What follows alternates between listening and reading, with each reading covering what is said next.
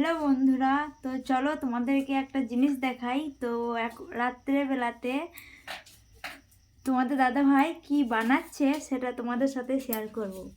মানে তোমরা আগে জিনিসটা দেখো, না দেখলে বুঝতে পারবে না যে কি তৈরি হচ্ছে।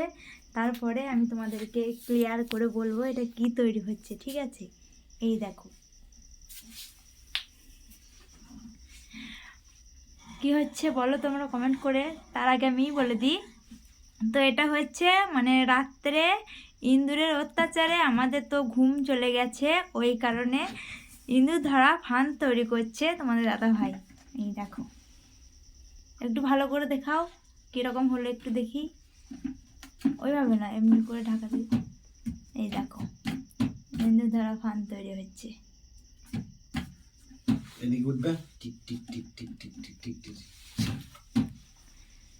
তো পরের ভিডিওতে দেখাবো কতগুলো ইঁদুর ঢুকেছিল, ঠিক আছে?